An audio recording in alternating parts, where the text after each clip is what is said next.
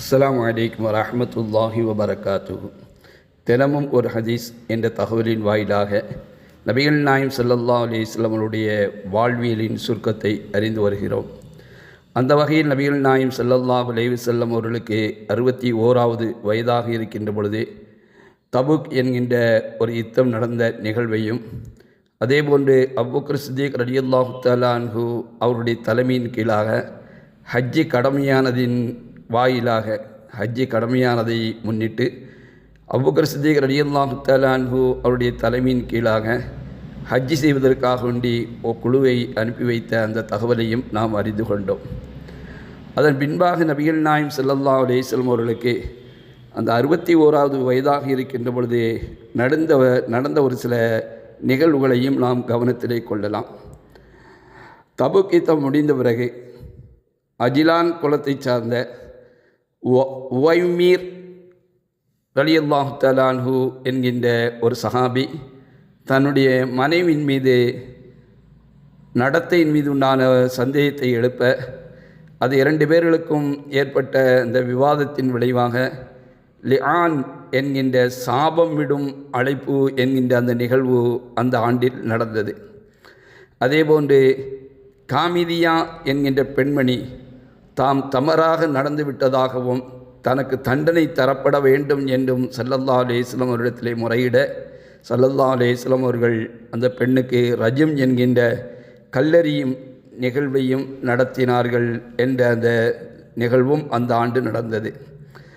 அதேபோன்று ஹபஷா மன்னர் மரணமடைந்த அந்த செய்தியும், அதன் வழியாக நபிகள் நாயம் ஸல்லல்லாஹு அலைஹி வஸல்லம் அவர்கள் மதீனாவில் அவர்களுக்காக வேண்டி ஜனாசா தொழுகை நடத்தினார்கள் என்பதும் அந்த ஆண்டில் நடந்த நிகழ்வு. அதேபோன்று உஸ்மான் ரலியல்லாஹு தஆலா அன்ஹு அவர்களுடைய மனைவியும் நபிகள் நாயம் ஸல்லல்லாஹு அலைஹி வஸல்லம் அவருடைய அன்பும் மகளுமாகிய உம்மு குல்சும் ரலியல்லாஹு தஆலா அன்ஹு அவர்கள் அந்த ஆண்டில் வஃபாத்தானார்கள். நபிகள் நாயம் ஸல்லல்லாஹு அலைஹி வஸல்லம் அவர்கள் மிகவும் கவலை கொண்டார்கள். உஸ்மான் ரலியல்லாஹு தஆலா அன்ஹு அவருடைய நற்குணங்களை முன்னிறுத்தி சொன்னார்கள், எனக்கு இன்னொரு மகள் பிறந்திருந்தாலும் உமக்கே திருமணம் முடித்து வைத்திருப்பேன் என்று ஸல்லல்லாஹு அலைஹி வஸல்லம் அவர்கள் சொன்னார்கள். அதே ஆண்டில் தான்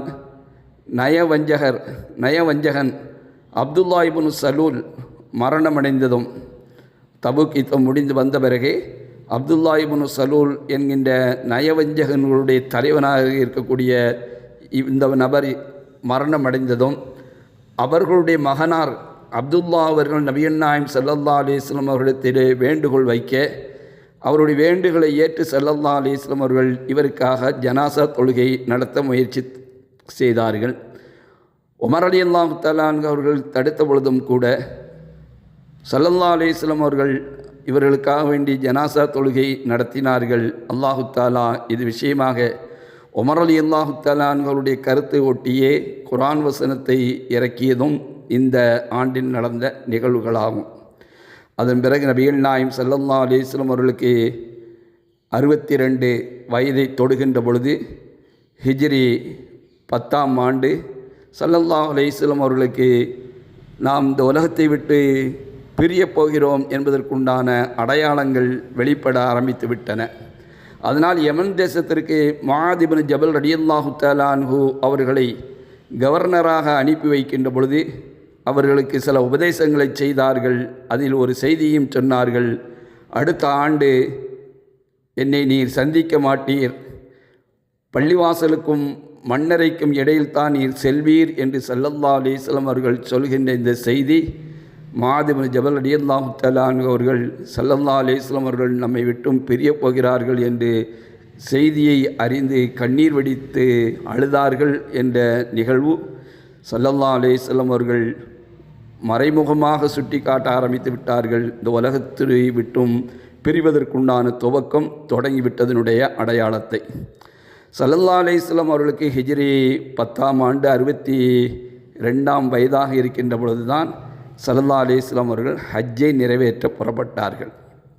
ஹஜ்ஜை நிறைவேற்ற ஹஜ்ஜத்துல் விதா என்று சொல்லப்படுகின்ற அந்த ஹஜ்ஜை ஸல்லல்லாஹு அலைஹி வஸல்லம் அவர்கள் நிறைவேற்றுவதற்குண்டான முயற்சி எடுத்து 1,00,000க்கும் அதிகமான 1,24,000 சஹாபாக்களோடு மதினா மக்கா வந்து அந்த ஹஜ்ஜுடைய காரியங்களை எல்லாம் முடித்து அரஃபாவிலே நமீரா என்கின்ற இடத்திலே தங்கியிருந்து அதற்கு பிறகு பத்னுல் வாதி என்கின்ற பகுதிக்கு வந்து சஹாபாக்களுக்கெல்லாம் உரை நிறுத்தினார்கள். 1,24,000 சஹாபாக்கள் என்றும் 1,44,000 சஹாபாக்கள் என்றும் நமக்கு ஹதீஸ்கள் அறியத் தருகின்ற இந்த தகவலின் அடிப்படையிலே ஸல்லல்லாஹு அலைஹி வஸல்லம் அவர்கள் நீண்ட உரை ஒன்றை நிகழ்த்தினார்கள். சஹாபாக்களுக்கு மத்தியிலே சொல்லுவதற்கு முன்பாக சொன்னார்கள், இந்த ஆண்டுக்கு பிறகு இந்த இடத்தில் உங்களை நான் சந்திப்பேனா என்பது எனக்கு தெரியாது என்று ஸல்லல்லாஹு அலைஹி வஸல்லம் அவர்கள் அங்கும் கூட மறைமுகமான ஒரு அறிவிப்பை வெளியிட்டார்கள். நீண்ட உரைக்கு பிறகாக சஹாபாக்களை பார்த்து கேட்டார்கள், நபிகள் நாயகம் ஸல்லல்லாஹு அலைஹி வஸல்லம் அவர்கள், நான் உங்களிடத்திலே இந்த மார்க்கத்தை எடுத்து வைத்து விட்டேனா என்று கேட்டார்கள்.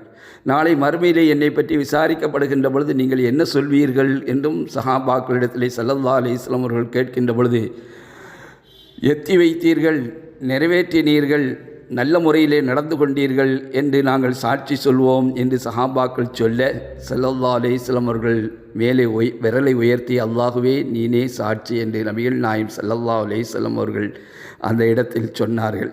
அதற்கு பிறகுதான் அல்லாஹு தஆலா திருமறையின் வாயிலாக அல் யௌம அக்மல்து லக்கும் தீனக்கும் வ அத்மம்து அலைக்கும் நிஅமத்தி வ ரضيtu லக்குமுல் இஸ்லாம தீனா என்கின்ற வசனத்தை, இன்றைய தினம் உங்களுக்காக உங்கள் மார்க்கத்தை பரிபூர்ணமாக்கிவிட்டேன், மேலும் உங்கள் மீது என் அருட்கொடையை பூர்த்தியாக்கிவிட்டேன், இன்னும் உங்களுக்காக நான் இஸ்லாமை மார்க்கமாக பொருந்தி கொண்டேன் என்ற வசனத்தை அல்லாஹ் இறக்கினான்.